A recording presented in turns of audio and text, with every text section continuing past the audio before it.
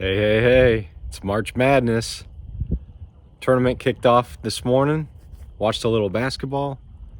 Getting ready to head into night shift, but got to do a little pre-work fishing, right? Trusty old Rapala coming through. First smallmouth. What a beautiful afternoon. 45 degrees, blue skies. Man, life's good. Fish on.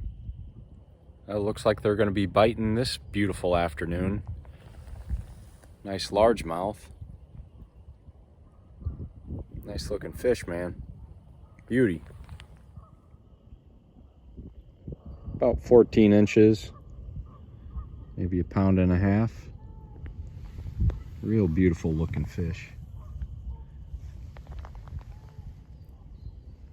Man, what a beautiful day.